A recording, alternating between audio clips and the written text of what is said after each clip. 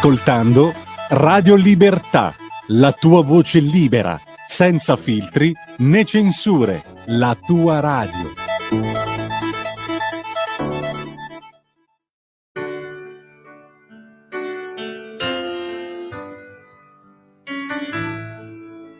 Va ora in onda Liberamente, variazioni e scorribande con Giovanni Sallusti. Eccomi qua.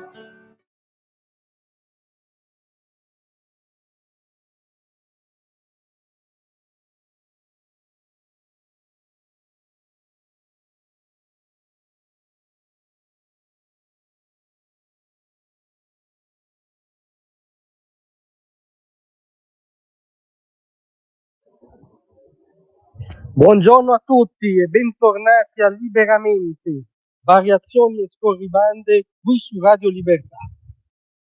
Allora oggi c'è da registrare una dichiarazione, cioè quindi una mera dichiarazione, una presa di posizione politica del segretario di Stato americano Anthony Blinken, che per usare un eufemismo potremmo accusare di eccessivo ottimismo, perché Blinken ha detto che ora la tregua in Medio Oriente è nelle mani di Yahya Sinwar, nominato capo politico di Hamas dopo che Israele ha eliminato l'ex capo politico Haniyeh a Teheran. E Blinken dice è stato fatto tutto un lavoro dall'intelligence, ovviamente supervisione americana, sul rilascio degli ostaggi rimasti, la cessazione delle operazioni militari israeliane, insomma una quadra che quantomeno fermi le operazioni belliche e come dire, riesca a restituire il maggior numero possibile di ostaggi. Tutto questo dice adesso è nelle mani di Yahya Sinwar,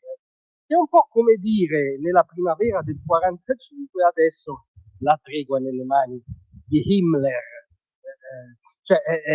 Dobbiamo aver presente bene di chi stiamo parlando. Yahya Sinwar rappresenta coerentemente, spietatamente, l'ala stragista di Hamas. Ora attenzione, non cadete nel tranello del giornalismo, non è una variazione qualitativa, non è che Haniyeh, i cosiddetti politici di Hamas, quelli che dal Qatar reclamavano il sangue dei bambini palestinesi perché serviva per intenderci, non è che questa gente fosse più moderata o avesse in mente un progetto diverso da Sinwar, semplicemente erano gli addetti all'inganno, all'infingimento, gli addetti alle operazioni che conferivano una patina appunto politica a un movimento terrorista nazi-islamista.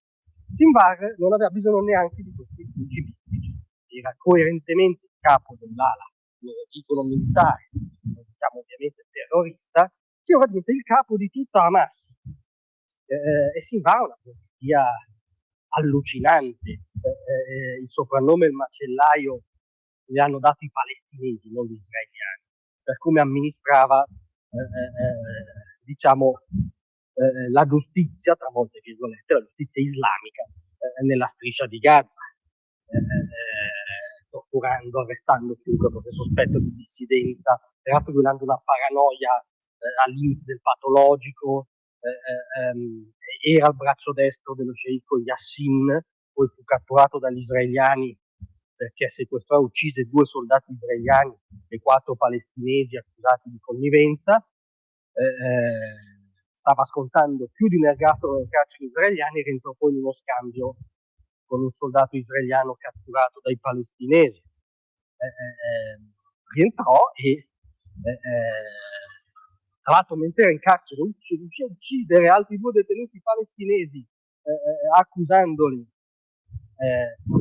di essere delle spie, cosa che poi non era vera. È tornato sul posto, si mise a organizzare appunto una sorta di campo di concentramento a cielo aperto per chiunque non fosse d'accordo con Hamas. È la veramente organizzativa del 7 ottobre.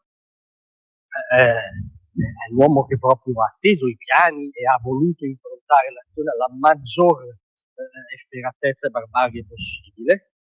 E oggi Blinken ci dice che la tregua è in mano a costoro.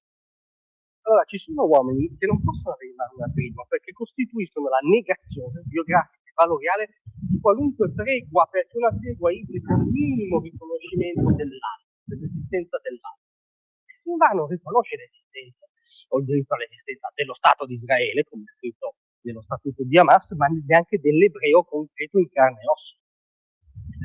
E davvero è come dire che ora vediamo se questo signor Himmler accetta la tregua. Ci sono tregue che non si possono fare al di là della migliore volontà, perché tu hai di fronte il totalmente altro. Yahya Sinvar incarna il totalmente altro e speriamo che l'esercito israeliano lo trovi il prima possibile. Grazie a tutti, a domani.